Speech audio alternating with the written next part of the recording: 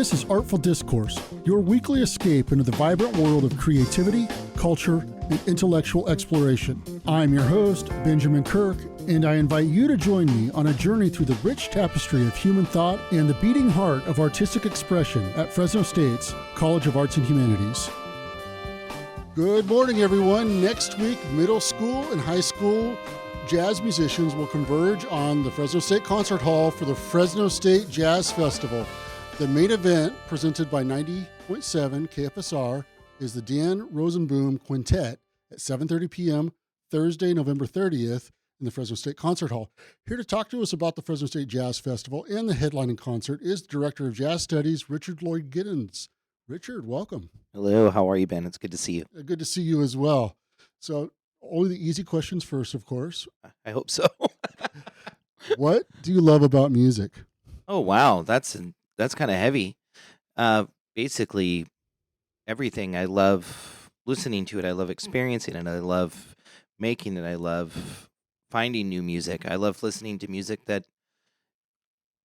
someone says, oh, you got to check this out. Then I listen to it, and it's not, my body's not ready to accept the information. It's like not resonating with me. Mm-hmm. Going back and listening to that music and checking that stuff out. And I can basically sit and talk about music every day. So this is kind of a dream gig for me here at Fresno State. You know what I mean? Right. But I love all aspects of it. It can take you out of a rut. It can definitely help you through a lot of things that happen in your life. It can always, I always know what to put on if I'm in a bad mood. You know what I mean? And then I was just played a gig in Phoenix this weekend, and they were rocking Modest Mouse and the Smiths and Bad Brains and Built to Spill at this coffee shop we were at, and it put me in the best mood to go play a gig with this incredible quartet that I was making music with for the first time. And it was just at the restaurant. Yeah. All right. Well, let's talk about the Jazz Festival a little bit. Yes. Mark Swede with the LA Times called Dan Rosenboom a phenomenon, and Joseph Woodward with Downbeat Magazine said he is a trumpet dynamo and one of the more interesting Los Angelino players. So tell me a little bit about the Dan Rosenboom Quintet and who else is in the ensemble. Well, it's Dan Rosenboom on trumpet and Gavin Templeton on saxophones. I think he plays Barry and alto with the group. John Escreet on piano, Billy Moeller on bass, and Damian Reed on drums. Like, it's a pretty serious quintet that's coming, which is incredible. We're very, very lucky. And what can people expect at the concert? Well, the Fresno State Jazz Orchestra is going to open up the festival. So we'll do 3 tunes up front, and then we'll bring Dan's quintet to join the big band. And Dan arranged 2 of his pieces from his album Polarity for the Fresno State Big Band. So they're just going to insert themselves into the ensemble, and we'll get to world premiere 2 pieces that have never been played or never been heard before. Wow. And we just finished a rehearsal right now, and the kids are really sounding incredible. Nice. Yeah, and then we give the show to them, and they do a set of their own music, and we've been working at the festival since like 5:30 in the morning, getting everything together. All the students are there helping, and then we get to play with this music, and it's like the culmination of all the stuff we've been working on this semester. And we get to just sit and enjoy and listen and marvel at Dan Rosenboom's quintet. Yeah. Now, the concert is actually at the end of the first day of the... End of the first day. And so the students from all over the valley are going to be there. Mm-hmm. And I'm expecting, when I went to the first one, we talked about their minds being blown. And it was amazing just to watch that happen in real time, just kids rolling their heads back and going, oh my God, I can't believe that just happened. Oh, totally. It brings me great joy just to sit. I mean, I may be the biggest kid in the room once I put the, my conducting hat down and I just get to enjoy the group. But to see like their jaws drop and them dancing in their seats, or they get up and you know what I mean, they start moving around, and just the energy, it's infectious, and it's really incredible to see how then that bleeds into their programs in their schools. Yeah. And then that bleeds into the other music departments or other ensembles within their own programs. You know what I mean? And it just really helps the musicianship of the Central Valley get better just through osmosis and love of music. Yeah. Yeah. So let's talk about what is the Fresno Jazz Festival. The Fresno State Jazz Festival, I guess was dormant for about 20 years. I think the last time the festival happened, Dr. James Miley was the director of the festival, Mm-hmm. and then it just kind of just I don't know what happened. I have no idea of why, but it went away. And when I ended up taking this position in 2018 as the director of jazz studies here at Fresno State, I knew that I wanted to bring something special to the music to the music department, and to have a reason for students throughout Central Valley coming to our campus for the celebration of improvisation and Black American music. And Yeah. So I noticed tickets are available on the music department website for the public to attend. sweet, yeah. Yeah. I So love it when they're available. what is the festival format? What can people expect? Well, the first band in the morning goes on at 8 a.m. and we do 30-minute time slots in Mhm. each uh, scholastic band that comes to visit. I think we have 25 groups this year over Wow. this span of Thursday and Friday. We can't go too far late on Friday just because if our football team makes the Mountain West Championship, then the marching band has a rehearsal because then they'll play in the championship game. So it's like there's a lot of pieces that fall into place, and why our showcase concerts on the end of day one versus the end of day Right. two. Right. You know what I mean? Because Mhm. our band needs to be able to support our football team if that Of happens. course. Yeah. So we have 25 groups and in half-hour time slots, and each band gets a 30-minute warm-up, and they do a 30-minute performance, and then they go into the band room and they get a 30-minute clinic with one of our clinicians. Mm-hmm. So they get to, in real, like right after they finish playing, one of our clinicians, who our clinicians this year are Dr. Benjamin Boone, the incredible award-winning composer and pianist from Denver, Annie Booth, and then the multi-Grammy nominated drummer Mark Ferber, who's our drum faculty here, Craig Von Berg, our Mm-hmm. piano faculty, and jazz pop rock faculty. Dr. Otto Lee is also, I think is that five? Sounds about I five. think so. I wasn't keeping count. I'll trust you on that. So, so they get notes and feedback. Like they'll have 3 digital recordings of the 3 adjudicators that are listening and giving Mhm. comments in real time, and then they'll get a one-on-one clinic Wow. in the band room right after. And it's a non-competitive festival, so it's just for the love of music and for supporting music education, Mm-hmm. and to help these students just get better faster. Are there any just overall workshops, master classes, or anything? Or The Dan Rosenblum Quintet will be doing a master class at the lunch hour at noon on Thursday in the concert hall. yeah. So great enrichment for, I'm guessing, hundreds of kids from around the valley. Yeah, it'll be. I mean, each band has roughly 20 kids, and there's 25 bands. 25 bands, and then there's going to be, and then of course students that are just coming to come check out the festival, and then patrons that are coming to check out the festival. So there's a lot of people. I think we touch around 1,000 people Yeah. each festival, which is great. It's going to be an amazing experience for the students who come, and it's going to be amazing for any members of the public to come and watch. Totally. Not only the concert, but the festival itself. Yeah, it's incredible. It's really welcoming. It's all for the love of supporting this music and of music education. All right. Now, again, the Dan Rosenblum Quintet concert is at 7:30 p.m. Thursday, November 30th at the Fresno State Concert Hall. Tickets are just $20, but there are discounts for active military, veterans, seniors, Fresno State employees, and students. And Fresno State students are free. So you can find links to tickets for the Dan Rosenblum Quintet and the Fresno State Jazz Festival at calendar.fresnostate.edu. Now, Richard, you're from Fresno, right? Yeah, I grew up here. Yeah. Yeah. So talk a little bit about your upbringing here. Um, well,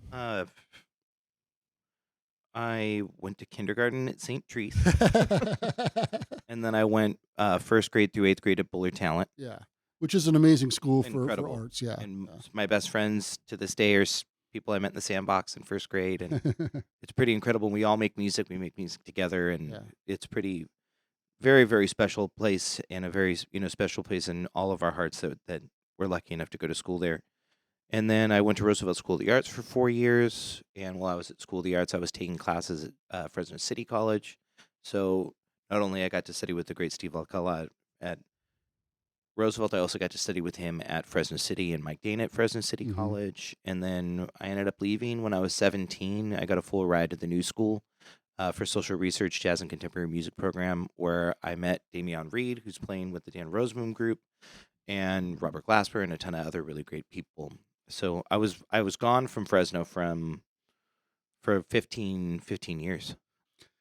So at 17, you made this huge move. So tell me about New York City and that move. Well, New York was incredible. I mean, I happened to be at the New School at like one of the special times, like it just happenstance. You know what I mean? Hmm. Like I went there because I heard an incredible pianist named Brad Meldow, who blew my mind when I was like 15, 16 years old. I was like, well, he went to the New School, so if I go to the New School, I'm going to sound just like him, which is, of course, not how it works. But Right.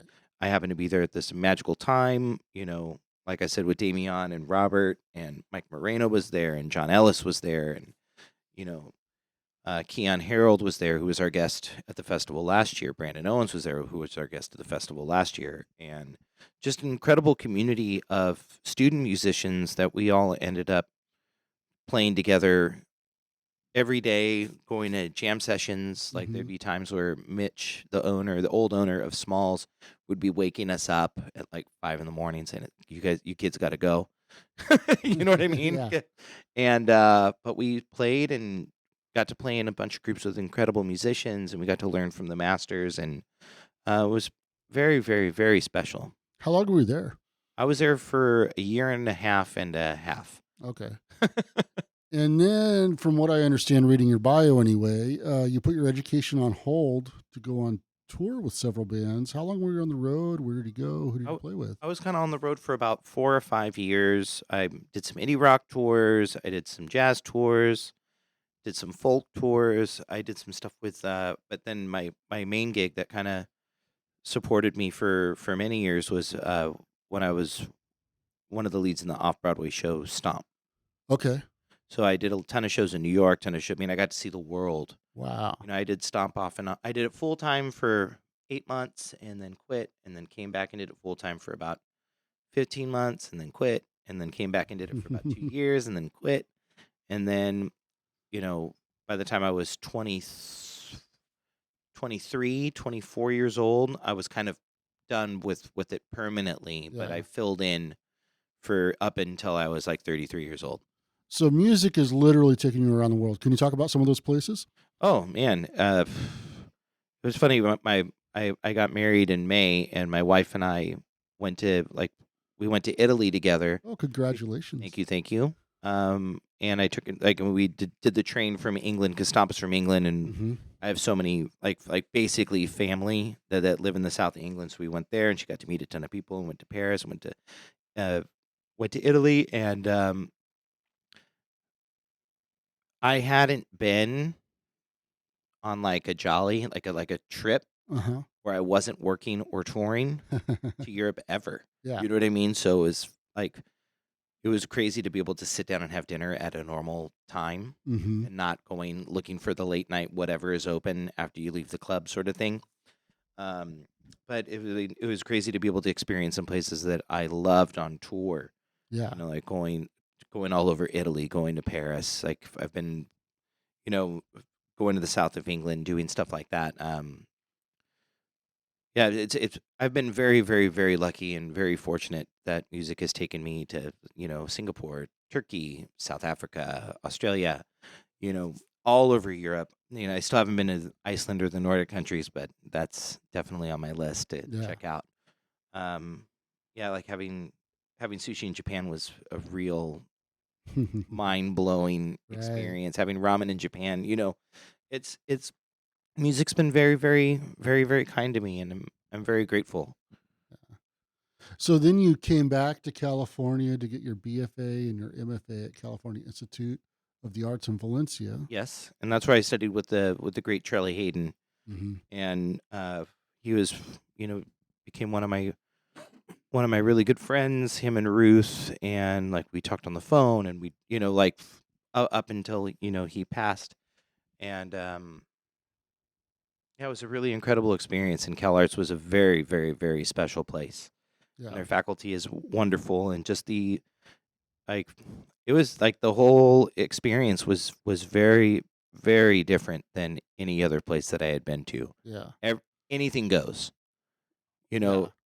as far as what you want to write, what you want to create, what animation you want to make, what dance you want to create, what live performance art you want to do. It's like everything was up for grabs, and it's a lot of very, very incredibly talented people when I happened to go to school there, and it was a hoot, it was a riot, it was so fun, and I learned so much and learned a lot about myself and what I really wanted to do. I kind of Yeah. changed my entire musical perspective from there by learning more of a gentle and spiritual side of music Mm-hmm. rather than kind of coming from rock and roll, punk rock, and stuff like that. That it was all energy, higher, faster, faster, faster. Right.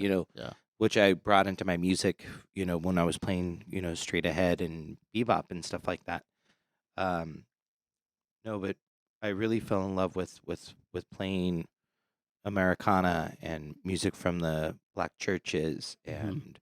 and songs from the Great American Songbook that were um, like ballads and things that were much more soothing and much more open for expression in a different way than just energy and speed and Right. that type of stuff. Like I really fell in love with playing music slow while I was there, which is really funny that you go to this creative art place and I'd be playing wilder music. I mean, Right. there was Right.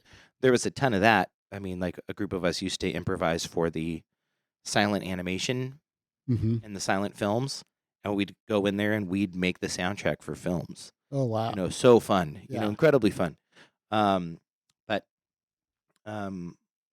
like I really fell in love with the gentler side of music and tapping into trying to tell a story in long-winded instead of as fast as possible. Well, and it shows kind of the range of emotion that music carries with it as well, I think. Oh, totally, Yeah. totally. I mean, and having Charlie at the helm and without Leo Smith and David Reutzstein, Dara Coles, Joe LaBarbera, Larry Kuntz, Paul Novros was incredible, incredible faculty. And then of course the Led Zepko brothers, the Alfred and Kobla, with all the African drumming and dance there. It was just absolutely incredible, special experience.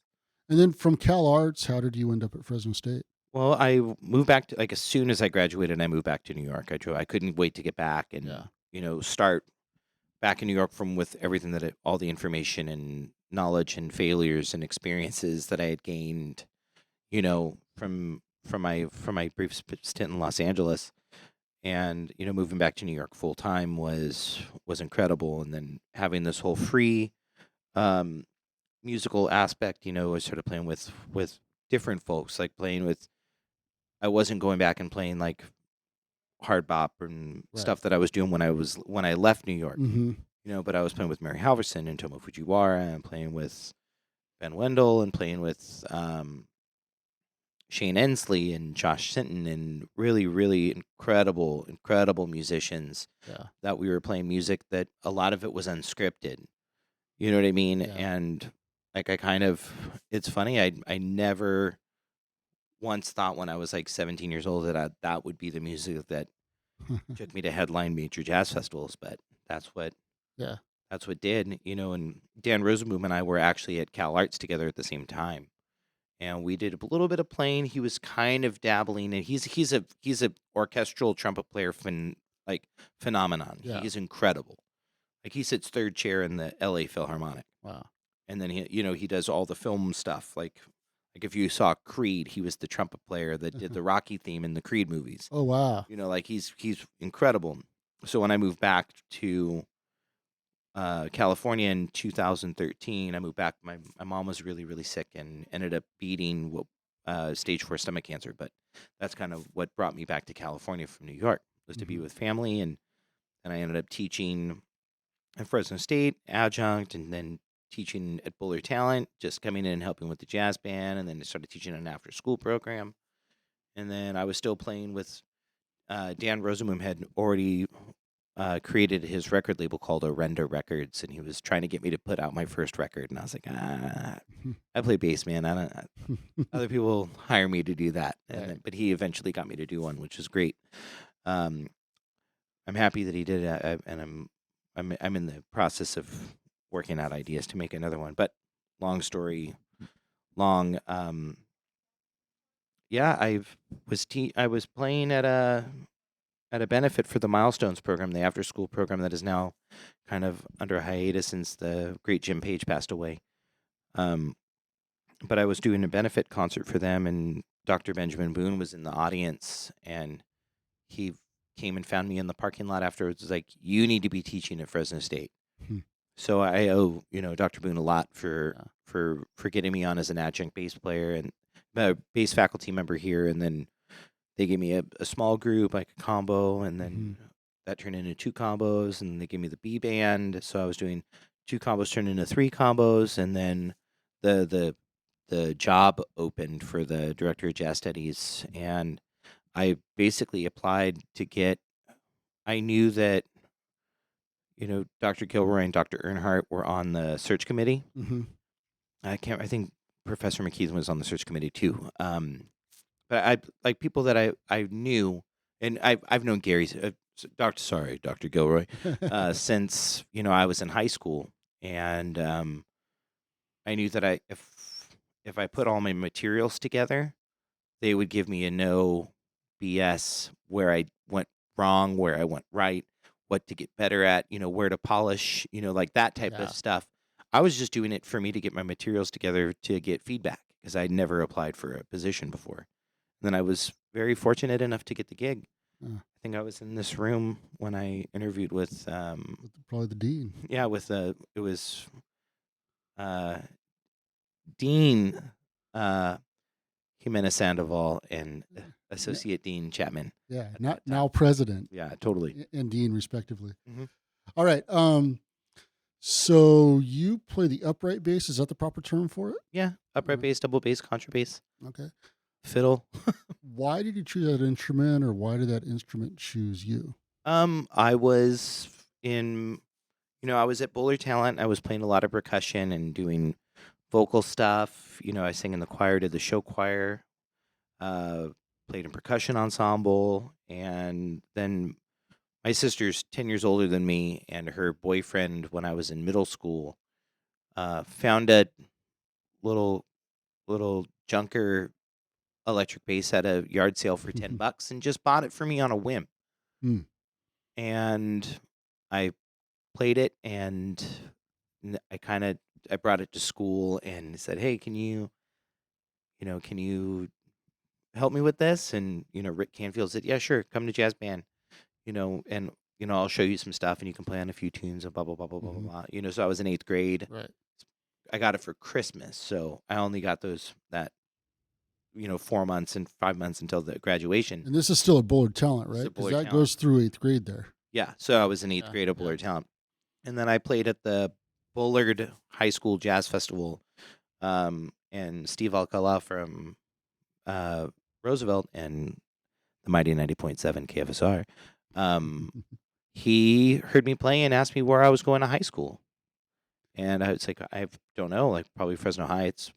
I grew up in the Tower District, so that's my home school. And he goes, "Well, do you want to come to Roosevelt? I don't have a bass player next year." I was like, and I've never even thought about it. He's like, "Well, can you read?" I was like, "No." "Do you know any tunes?" "No." "Can you play?" "Not really." He's like, "Come to Roosevelt. I'll teach you." And, so I owe him a ton for just having the faith of me playing one song with the jazz band, you know what I mean, when I was very, very struggling. Yeah.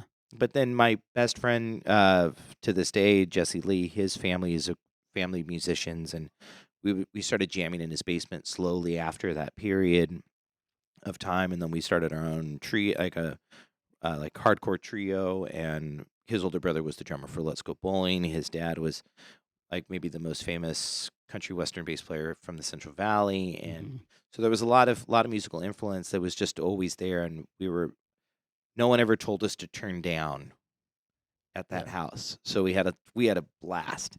And then we were just little kids. We'd get to sit in and watch Let's Go Bowling rehearsals in this small basement, half the size of this room that we're in right now. And yeah, it was a real blast. I remember seeing them when I was back in the day. Yeah. So they were kind of my babysitters, if that tells you how messed up I turned out. Thank you. All right. So you may have answered this a little bit, but why jazz?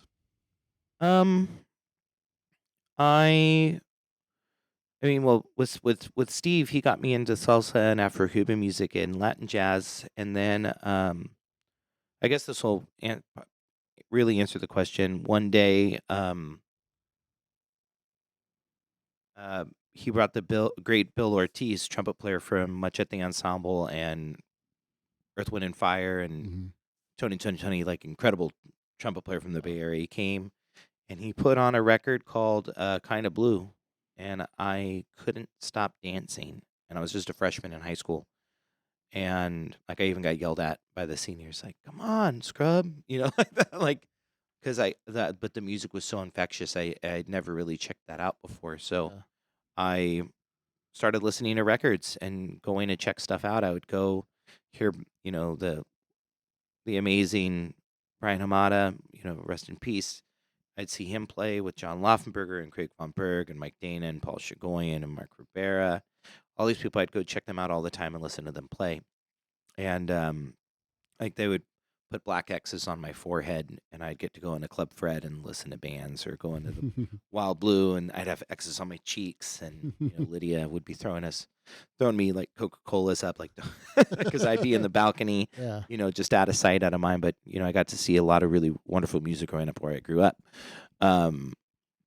And one day I was in English class and I thought I was in trouble. I didn't know what I did, but this man who I'd never seen before walked into my English classroom in my sophomore year and said, "Can I speak to Richard Giddens?" And of course all the kids,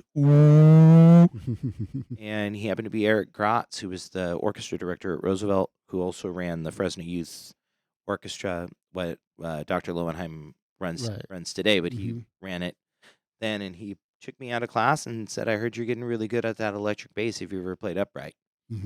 And I, no. So he brought me into the orchestra room and sat me down with an upright and said, "I'll be back in an hour. Let me see what you can do." And from the first note of just playing it and not having to be plugged in and just the resonation against my body, I was totally hooked. Yeah.